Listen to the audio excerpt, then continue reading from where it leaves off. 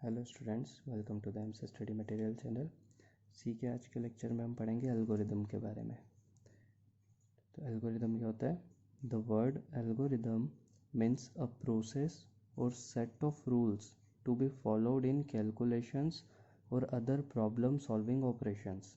मतलब एल्गोरिदम का मतलब क्या होता है? या तो एक प्रोसेस या सेट ऑफ रूल्स, मतलब एक रूल नहीं, रूल्स का set, to be followed in calculation, जो कि कैलकुलेशंस में फॉलो किया जाए। आप कुछ भी कैलकुलेशन कर रहे हैं उसमें या तो एक प्रोसेस या एक सेट ऑफ रूल्स फॉलो करोगे, या फिर जो भी कोई से भी प्रॉब्लम सॉल्विंग ऑपरेशंस है उसमें यूज़ किए जाने वाले प्रोसेस या सेट ऑफ रूल्स को हम क्या बोलते हैं? एल्गोरिदम। देयरफॉर एल्गोरिदम का मतलब क्या हुआ? Refers to a set of well defined instructions in sequence to solve a problem. तो हम एल्गोरिदम को कैसे समझ सकते हैं? ये एक सेट है। किसका सेट है? वेल डिफाइंड इंस्ट्रक्शंस, बहुत अच्छे से डिफाइन किए गए इंस्ट्रक्शंस का, निर्देशों का, जो कि सीक्वेंस में है, क्रम में है, एक के बाद एक अगला कौन सा चलेगा वो फिक्स है। टू सॉल्व अ प्रॉब्लम, तो एक प्रॉब्लम को सॉल्व करने के लिए अच्छे से जो निर्देशित एक सीक्वेंस है, किसका? इंस्ट्रक्शंस का, वेल डिफाइंड इंस्ट्रक्शंस का जो सेट है उसको हम बोलते हैं एल्गोरिदम। ठीक है, तो इसको हम एक एग्जांपल से समझ सकते हैं, या इसको ऐसे समझ सकते हैं, कोई सी भी प्रॉब्लम है उसको हमको कैसे सॉल्व करना है। एक सीक्वेंस हमको बनाना पड़ेगा कि पहले ये काम करना है, फिर ये काम करना है, फिर ये काम करना है। तो जो हमने सीक्वेंस बनाया है उसी को हम क्या बोलेंगे? एल्गोरिदम, किसी भी प्रॉब्लम को सॉल्व करने के लिए। तो एक एग्जांपल देखते हैं। It can be understand by taking an example of cooking a new recipe. एक नई रेसिपी बनाने के एग्जांपल से इसको समझते हैं। To cook a new recipe, one reads the instructions and steps and execute them one by one in the given sequence. कोई सी भी नई रेसिपी बनाने के लिए एक नया इंसान कुछ, ये जो भी है वो क्या करेगा? जो भी इंस्ट्रक्शन है और स्टेप्स है उसको पहले पढ़ेगा, समझेगा, और उसके बाद उसको एग्जीक्यूट करेगा एक के बाद एक, और उस क्रम में जो दिया गया है, ठीक है, उसी क्रम में उसको एक के बाद एक एग्जीक्यूट करेगा। तो पहले पढ़ेगा, समझेगा उन स्टेप्स को, और उसके बाद एक के बाद उसको क्रम से एग्जीक्यूट करेगा। द रिजल्ट दस obtained is the new dish cooked perfectly. तो अगर वैसे क्रम में अगर उसने फॉलो करा तो जो रिजल्ट है वो क्या होगा? एक जो नई डिश उसको बनानी थी वो परफेक्ट बनेगी।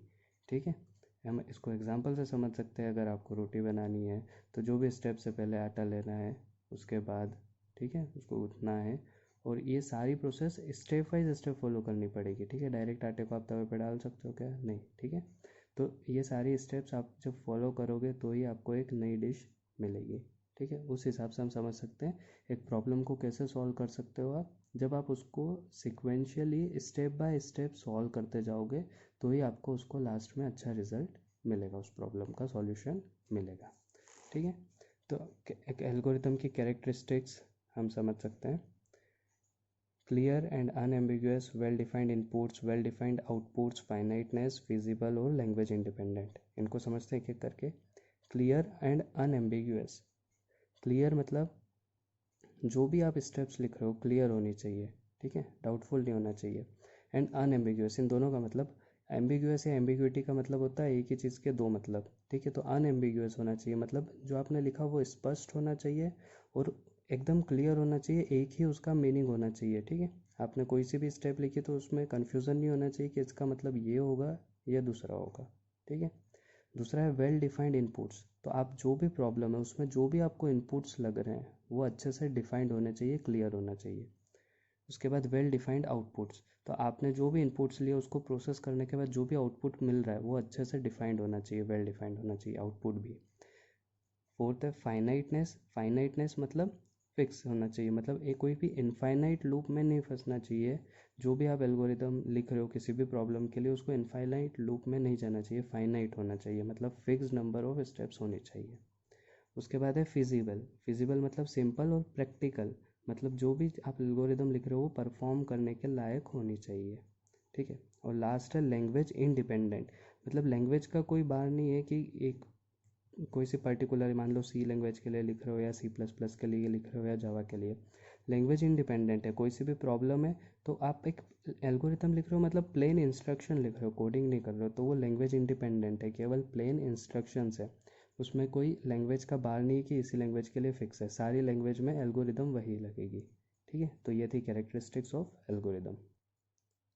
मैं बता how to design an algorithm. अगर आपके पास कोई सी भी प्रॉब्लम है तो आप एल्गोरिदम को कैसे डिज़ाइन करोगे, ठीक है। तो हमको उसमें 5 चीज़ें चाहिए। सबसे पहले प्रॉब्लम, तो problem that is to be solved by this algorithm. जो भी हम एल्गोरिदम बना रहे हैं उससे कौन सी प्रॉब्लम सॉल्व करनी है, ठीक है। तो सबसे पहले हमको क्या पता होना चाहिए, प्रॉब्लम।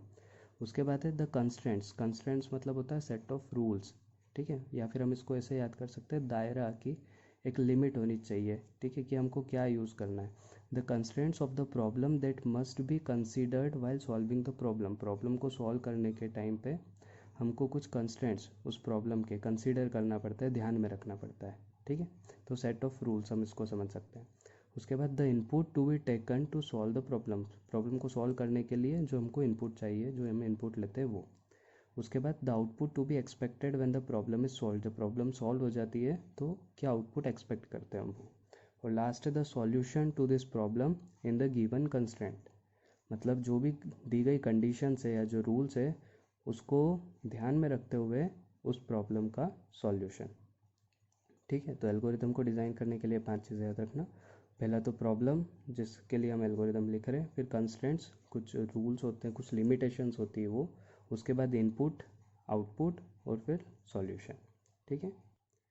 इसको भी एग्जांपल से समझते हैं। Consider the example to add 3 numbers and print the some.